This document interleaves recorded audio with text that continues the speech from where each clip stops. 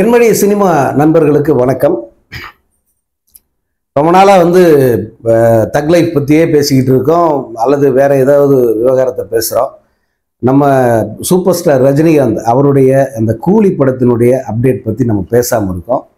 இது அப்டேட் அப்படின்றத விட இப்போ என்ன நடக்குது அப்படிங்கிறத நம்ம சொல்லுவோம். ஏன்னா படம் ரிலீஸ் ஆகிறதுக்கு இன்னும் 69 நாட்கள் தான் இருக்குது. ஆகஸ்ட் 14ஆம் தேதி ரிலீஸு. அந்த படத்துக்கான கவுண்டவுன் 100 டேஸ்லேருந்து ஸ்டார்ட் பண்ணாங்க சன் பிக்சர்ஸு. ஏதாவது ஒன்று செஞ்சுக்கிட்டு தான் இருக்காங்க. ஆனால் அது பெருசாக எல்லாரையும் உறுத்துற மாதிரி ப்ரொமோஷனாக இல்லாமல் ஜஸ்ட் லைக் தட் போகிற போக்கில் சிலதெல்லாம் அவங்க பண்ணிட்டு போகிறாங்க. அதில் அந்த பவர் ஹவுஸ் வைப் அப்படிங்கிறத சில தினங்களுக்கு முன்பு ஒரு வீடியோ வெளியிட்டிருந்தாங்க. அதில் சூப்பர் ஸ்டார் அவர்கள் அந்த படப்பிடிப்பின் போது அவர் பண்ண அந்த மேனரிசம், அவர் நிற்கிறது, நடக்கிறது, மக்களை பார்த்து கையசைக்கிறது, இதையே பார்க்க அவ்வளோ பரவசமாக இருக்குது. ஏன்னா ஒரு மனுஷன் 72 73 வயசில் இந்த மாதிரி ஒரு மேஜிக் பண்ணுறாரு, பார்க்குற நம்மெல்லாம் இப்படி அசரடிக்கிறாரு அப்படிங்கிற அந்த உணர்வு தான் நமக்கு தோணுச்சு. அடுத்து பார்த்தா திரும்ப அதே வீடியோ, ஆனால் வேற ஒன்று. இது அதே பவர் ஹவுஸ் வைப் அப்படிங்கிற பேரில் இன்னொன்று ரிலீஸ் பண்ணியிருந்தாங்க. இப்போ அண்மையில் அறிவு, அதாவது அந்த திருக்குறள் அறிவு இருக்கார, அவருடைய அந்த பாட்டு, அந்த திரையரங்கம் அதிரட்டம் அப்படின்ற மாதிரி ஒரு பாட்டு இருந்தது இல்லை, அந்த பாட்டை அறிவு பெரிய மாஸ் கூட்டம் முன்னாடி அவர் பாடுற மாதிரி, அதுக்கு அந்த கூட்டம் ரியாக்ட் பண்ணுற மாதிரி ஒரு அழகான ஒரு சிறு வீடியோ தான் வெளியிட்டிருந்தாங்க. எல்லாமே 20லேருந்து 30 செகண்டுக்குள்ளே தான் இருக்குது அந்த வீடியோஸ் வெளியிடுறது எல்லாமே. கூலி தொடர்பாக இது வரைக்கும் எல்லாத்தையுமே பாருங்கள். அதாவது கூலி டைட்டில் டீசர் விட்டாங்கல்ல, அதுவாகட்டும், அல்லது அந்த சிட்டுக்கு சிட்டுக்கு அந்த பாட்டு அது டீசராக இருக்கட்டும், இல்லை இந்த அறிவு பாடின அந்த டீசர் ஆகட்டும், இது எல்லாமே 30 செகண்டுக்குள்ளே வர்ற மாதிரி தான் அவங்க கவனமாக வடிவமைச்சிருக்காங்க.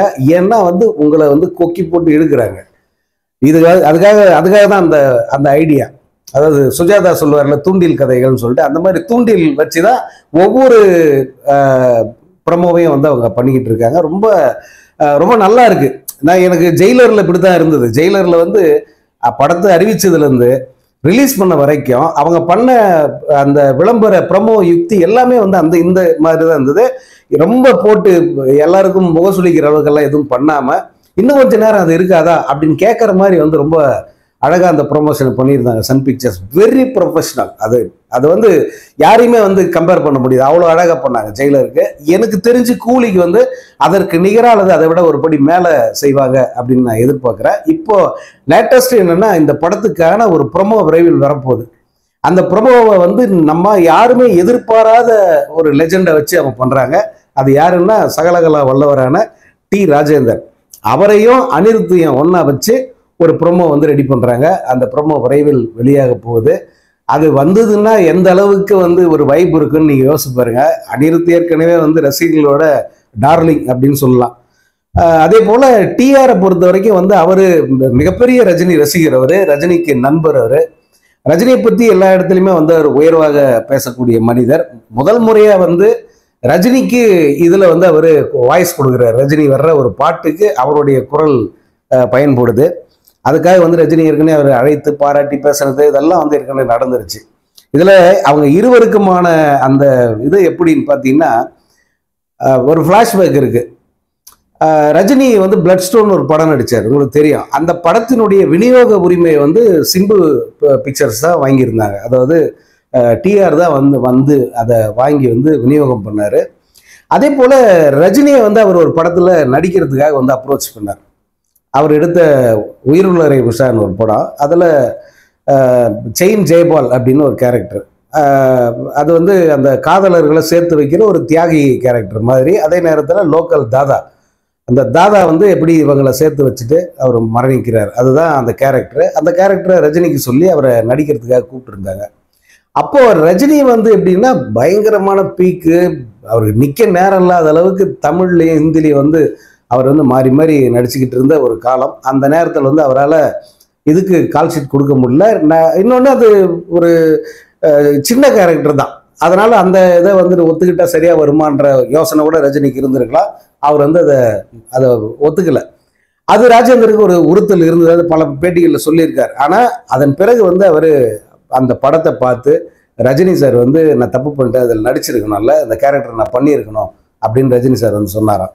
ஸோ அந்த அளவுக்கு வந்து இருவருக்குமான அந்த உறவு வந்து அப்பந்தே தொடருது. இன்னொன்று, ராஜேந்திர பொறுத்த வரைக்கும் என்னென்னா, ரஜினி வந்து நம்ம படத்தில் நடிக்கலை, அதே நேரம் அவர் ஒரு சூப்பர் ஸ்டாரு. நம்மகிட்டயும் ஒரு சூப்பர் ஸ்டார் இருந்தால் நல்லா இருக்கும்ல, நம்மகிட்டயும் ஒரு சூப்பர் ஸ்டார் வேணும் அப்படின்ட்டு அவர் மனசுக்குள்ளே நினச்சதைத்தான் தன் பையனை வந்து லிட்டில் சூப்பர் ஸ்டார் அப்படின்னு பேர் வச்சு சிறு வயதிலிருந்தே திரைத்துறையில் வந்து பல வகையிலும் வித்தகராக அவர் வந்து மாற்றினார். ராஜேந்தர் எப்படி பன்முக கலைஞரோ அந்த மாதிரி தான் சிம்புவும் ஒரு பன்முக கலைஞர். அந்த பன்முக கலைஞராக அவர் மாறினதனுடைய பின்னணி வந்து யாருன்னா சூப்பர் ஸ்டார் ரஜினிகாந்த் இருக்கார். அவரை மனதில் வைத்து தான் தன்னுடைய மகனுக்கு இந்த மாதிரியான ஒரு பரிமாணத்தை டிஆர் வந்து கொடுத்துருந்தாரு. இப்போ அந்த டிஆர் வந்து ரஜினியோட நேரடியாக இணைகிற ஒரு படம் அப்படின்னு சொன்னால் அது வந்து இந்த கூலி படத்தை சொல்லலாம். இந்த ப்ரொமோ மட்டுமல்ல, ஒரு சிங்கிள் ஒன்று விரைவில் வந்து வெளியாகும் சொல்கிறாங்க. ஏன்னா அனிருத் வந்து அந்த சிங்கிளை வந்து முழுமையாக செஞ்சு வச்சுருக்காரு.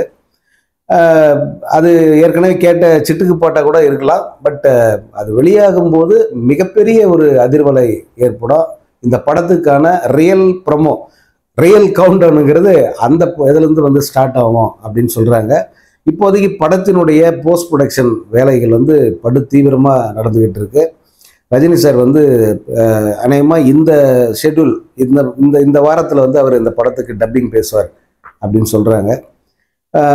இந்த படத்தினுடைய வியாபாரம் பற்றியெல்லாம் நான் ஏற்கனவே சொல்லியிருக்கேன். மிகப்பெரிய ஒரு வர்த்தகம் நடந்திருக்கு இந்த கூலி படத்துக்கு.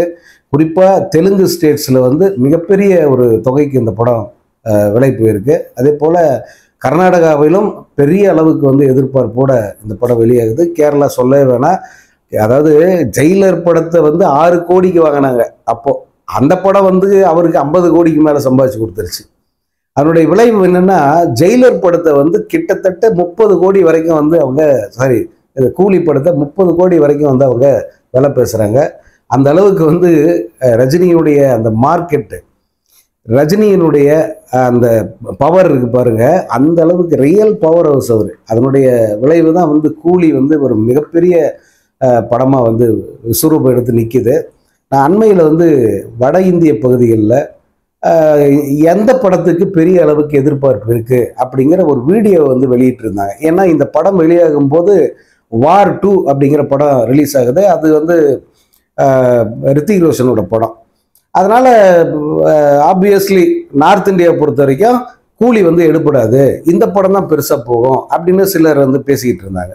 ஆக்சுவலாக கூலி படத்துக்கு முன்னாடி வந்து வேறு எந்த படத்தையும் வந்து நம்ம வைக்கவே வேண்டாம் அப்படிங்கிறத அந்த மக்கள் சொல்கிறத கேட்கும்போது நமக்கு புரிஞ்சுது. நிறைய இளைஞர்கள், நிறைய பெண்கள், குறிப்பாக பெண்கள் அவங்கக்கிட்ட வந்து கருத்து கேட்குறாங்க. உங்களுக்கு இப்போ எந்த படத்தை பார்க்குற ஆர்வம் அதிகமாக இருக்குது, வரப்போகிற படங்களில் எந்த படத்துக்காக நீங்கள் வெயிட் பண்ணுறீங்க, வார் 2வா அப்படின்னு கேட்குறாங்க. அவங்க அதாவது வார் 2வான்னு படம் பேரை சொல்லி கேட்குறாங்க. ஆனால் இவங்க சொன்ன பேரை வந்து குறிப்பிடவே இல்லை. நாங்கள் வந்து ரொம்ப ஈகராக வெயிட் பண்ணுறது சூப்பர் ஸ்டார் ரஜினிகாந்த் நடிச்சிருக்கிற கூலி படத்துக்கு தான் அப்படின்னு அவங்க சொல்கிறாங்க. கூலி அப்படியா, ஏன் அப்படின்னு கேட்டால், because it is Rajinikanth film, இது ரஜினிகாந்த் படம். அப்போ வார் 2 பார்க்க மாட்டீங்களா, வார் 2 வந்து உங்களுக்கு எதிர்பார்ப்பு இல்லையான்னு சொன்னால், வார் 2 எல்லாம் நாங்கள் அப்புறம் பார்த்துப்போம், முதல்ல ரஜினிகாந்த் படம் நாங்கள் பார்ப்போம், கூலிக்கு அப்புறம் தான் அந்த படம் பார்ப்போம். இது வந்து இங்கே தென் மாநிலங்களில் யாரும் சொன்னதில்லை. வட இந்திய பகுதியில் இருக்கிற இளைஞர்கள் இவங்கெல்லாம் வந்து ஒருமித்த குரலில் சொன்னது கூலி படத்துக்காக வி ஆர் வெயிட்டிங் அப்படிங்கிறது தான். ஸோ அந்த அளவுக்கு மிகப்பெரிய ஒரு எதிர்பார்ப்பை வந்து கிளப்பியிருக்கு. இது அண்மை காலத்தில் அந்த வட இந்திய பகுதியில் வேற எந்த படத்துக்கும், வேற எந்த தமிழ் படத்துக்கும் இந்த மாதிரியான ஒரு டாக் இருந்தது கிடையாது. அவங்க வந்து நாங்கள் இதை பார்க்க வெயிட் பண்ணுறோம் அப்படின்னு சொல்லி பேசுனது வந்து நான் கேட்டதில்லை. இந்த படத்துக்கு வந்து அந்த மாதிரி ஒரு மிகப்பெரிய எதிர்பார்ப்பு இருக்குது. அந்த எதிர்பார்ப்பை வந்து நிச்சயமாக பூர்த்தி பண்ணோம். ஏன்னா இதெல்லாம் பார்க்கும்போது வந்து வெகு எளிதில் இந்த படம் வந்து ஒரு பெரிய மைல் ஸ்டோனை ஏற்படுத்தும் அப்படிங்கிற நம்பிக்கை நமக்கு இருக்குது. ஏன்னா இந்த படத்தை பற்றி சூப்பர் ஸ்டார் ரஜினிகாந்தோ அல்லது நெல்சனோ அல்லது மற்றவர்களோ யாரும் வந்து பெருசாக அந்த ஹைப் ஏற்றுற மாதிரியெல்லாம் எதுவும் பேசலை. அதாவது ரஜினி சார்லாம் எதுவுமே ஒரு வாரத்து கூட பேசலை இப்போ வரைக்கும். நெல்சன் கொடுத்த பேட்டிகள் எல்லாம் வந்து அவரோட ரஜினி சாரோட கொலாபரேட் பண்ணதுல அவருக்கு ஏற்பட்ட பரவசம் என்ன, அவரை பார்த்து இவர் எப்படி பிரமிச்சாரு, இதை மட்டும்தான் அவர் பேசிக்கிட்டு இருக்காரு. படத்தை பத்தி யார் பேசுறாங்கன்னா பப்ளிக் பேசுறாங்க. இதுதான் மிக மிக மிக பாசிட்டிவான விஷயம் இந்த படத்தை பொறுத்த வரைக்கும். நான் பார்க்கறது, எப்போ ஒரு பப்ளிக் வந்து ஒரு படத்தை பத்தி பேசுறாங்களோ, அந்த படத்துக்காக வெயிட் பண்றேன்னு சொல்றாங்களோ, அந்த இடத்துல அந்த படம் எங்கேயோ டாப்ல வந்து போயிடுச்சு. அது டாப் கியர் அங்கேயே வந்து விழுந்துருச்சு அந்த படத்துக்கு. அதனால ரிலீஸ் அப்போ வந்து நம்ம சாலிடா வந்து சொல்லலாம், இந்த படம் வந்து தமிழ் சினிமாவுடைய உச்சமாக வந்து அமையும் அப்படிங்கிறத ரொம்ப தைரியமா நம்ம இப்ப இருந்தே சொல்ல ஆரம்பிக்கலாம்.